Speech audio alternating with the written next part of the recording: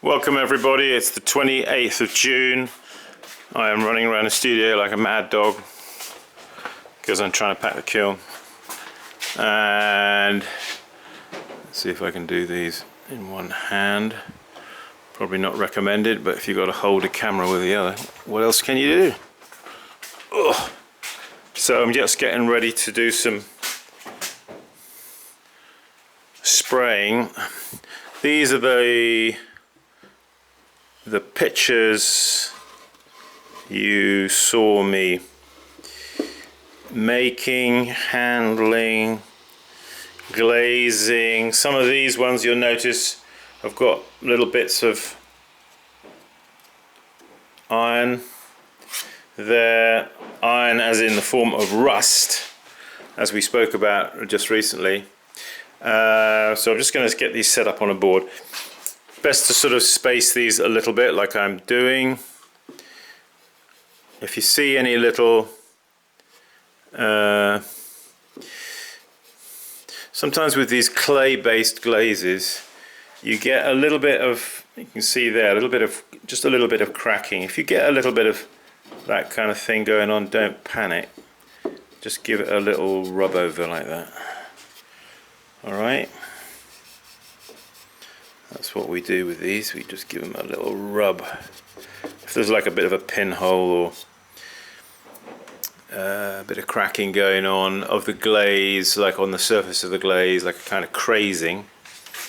Right, so here I've just got wood ash from my firebox over there. I've got it in one of these siphon sprayers. Actually, I'm just gonna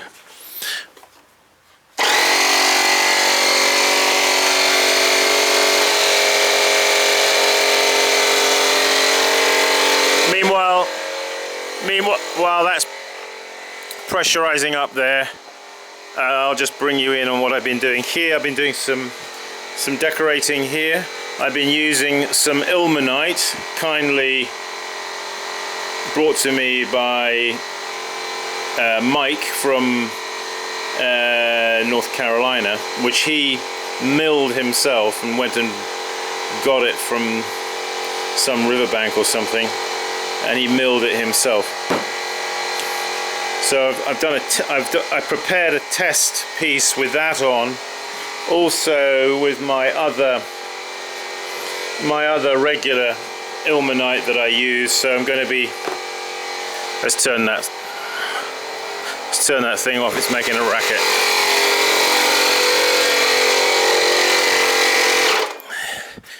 Let's just go back here a second. That's just a quick clip. Yeah, I've just been doing some decorating here. Maybe we'll do one in a minute. Some tea bowls here. And then this is a long lost Temuku glaze that I had that I loved, but it somehow went bad on me and I don't know what happened. I can't seemingly reproduce the same result that I always used to get. And so, but I'm just using it again, just to refresh my memory of how bad it is, maybe. Yeah, this is Temuku with ilmenite dots on. Okay, I've got one in one kind of ilmenite and the other one here in Mike's ilmenite. So we're going to give that a try. I'm just about to load these into the kiln. Okay, let's just go back here. I know you've seen me do this more than once or twice, I know, but I've just got to get I have a mask which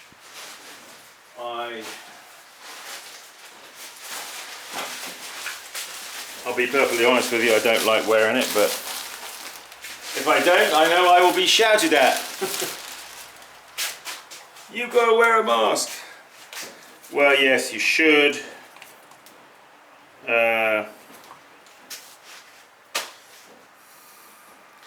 Always got to figure out how to put the thing on. What I don't like about the mask is God, this is it, you see. You've got to go through all this rigmarole.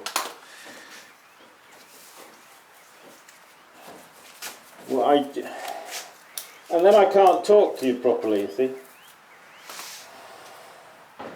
But for the sake of all the... Do I even need my glasses, I ask myself. Oh, God, this thing is like... Drive me crazy. Okay. Well, you can't hear me now properly, but anyway, doesn't matter. Let me just go. Let me just spray these.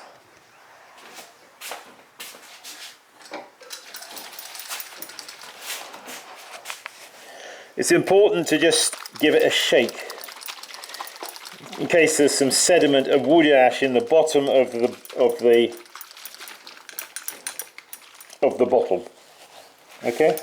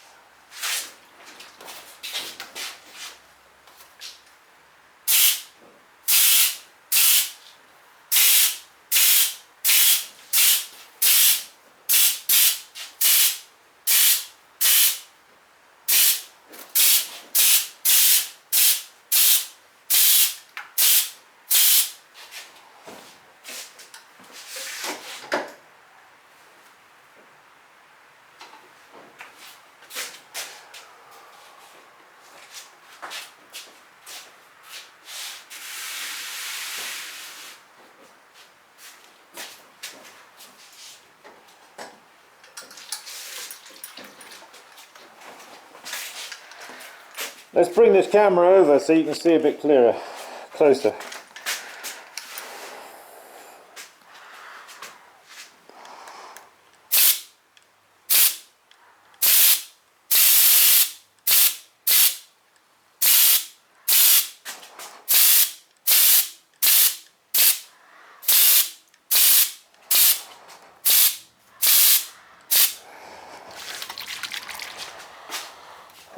Da-dee-dee-da.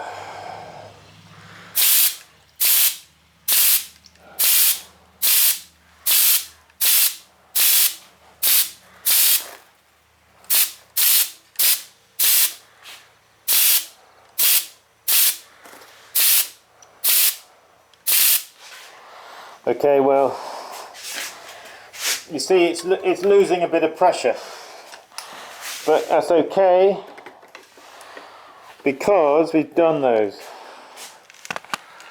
Okay, well, instead of just leave those there because I want to come in here and I want to take off my mask and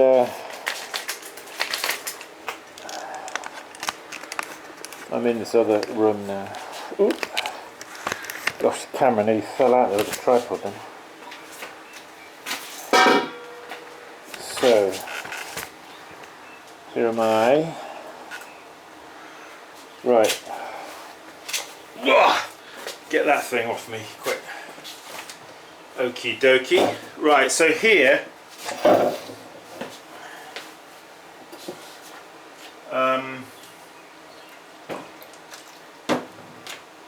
I've got a brew of cobalt. This is equal parts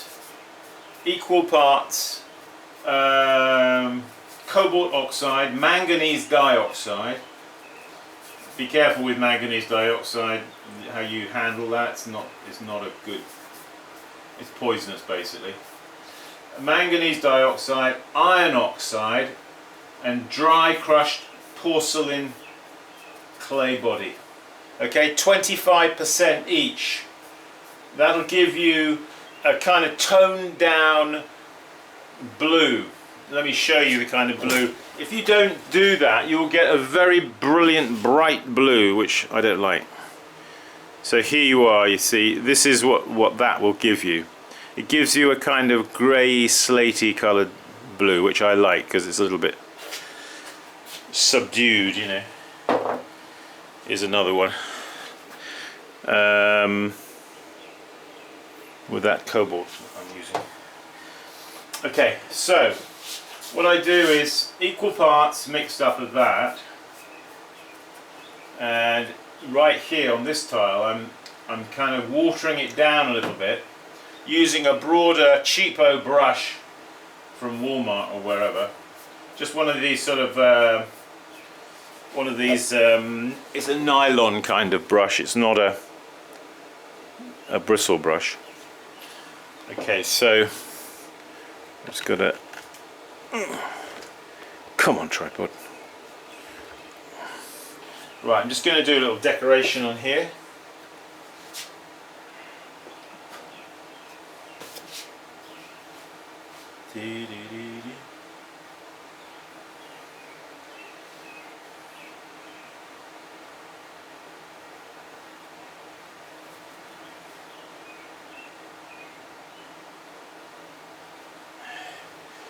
Maybe my hat is in the way. A real summer's day here today, really warm, probably 85 degrees, I'm guessing. So this is a sort of wash that we're putting on here.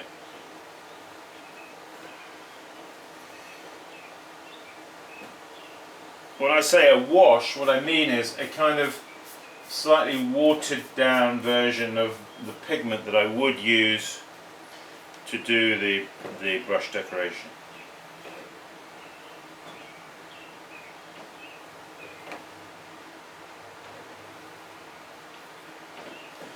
Alright, so you're looking something like that. It's just sort of a loose. Now,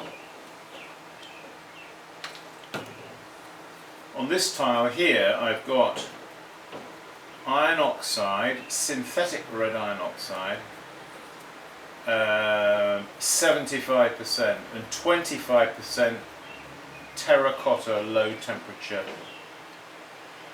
temperature clay. So I'm just going to do a simple decoration here.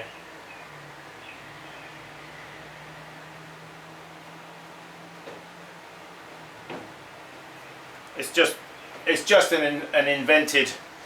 Maybe we can do it in front of the camera. I don't know. That might be asking too much. I don't know if I'm up for that, but we'll do it anyway. What the heck?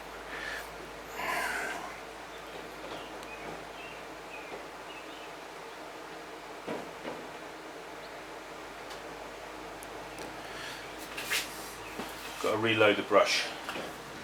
Yeah, you have to keep reloading the brush, you see.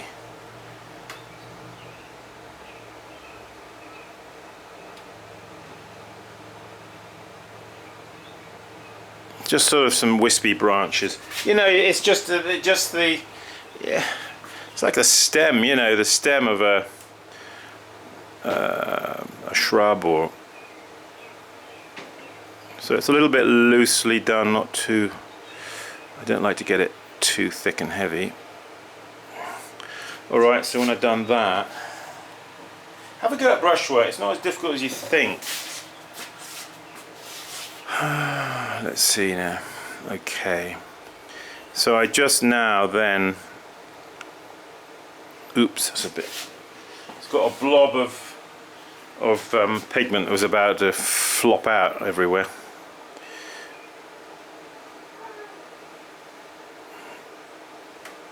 So just use your imagination here a bit.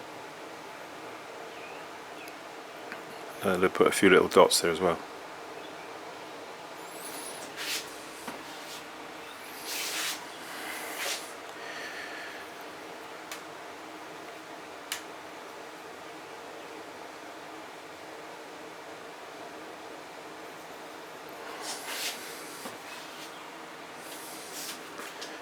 Dee dee dee dee dee dee.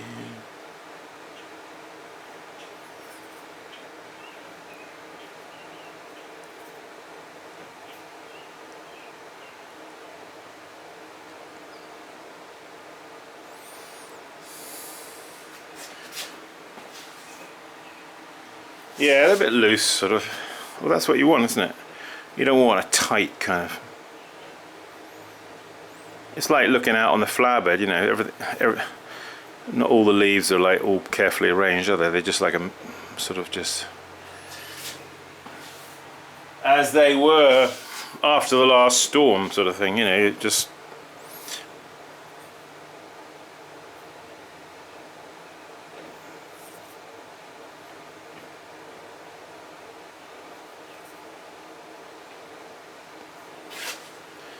Yeah, quick movements with the brush, flick it around a bit. Don't get too sort of stiff-wristed, you know, you want a little bit of this sort of thing going on.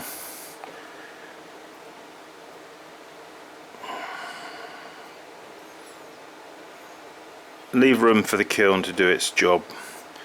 You know, it'll... Each panel here that I'm doing, there's not two that are the same. They're all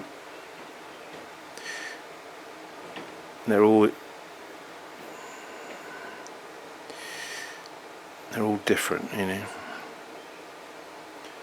Which is as it would be in nature. They'd all be different.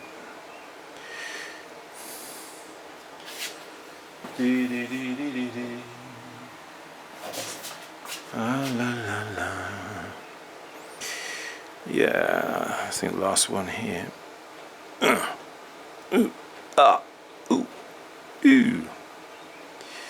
I just put a few little dots, you know, to give the impression, or, you know, could be a fruit or something growing, or could be a flower, you know, it's just a loose sort of...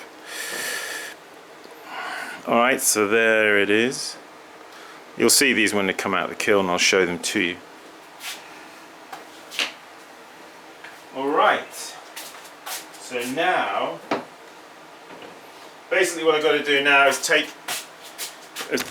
take all of this and these and what I've got in there into the kiln. I'm going to load them into the kiln. Alright, so thanks for joining me, folks.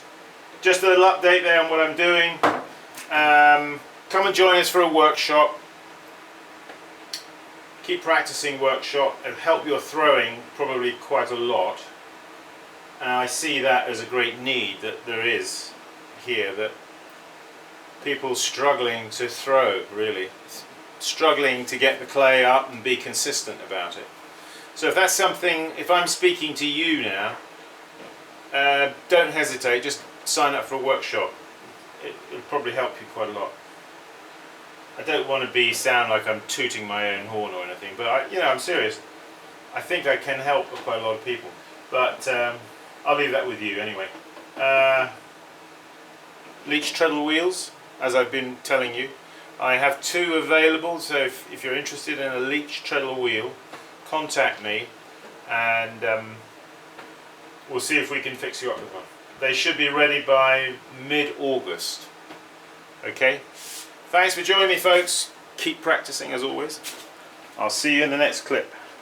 Or around town. Whichever. Bye for now.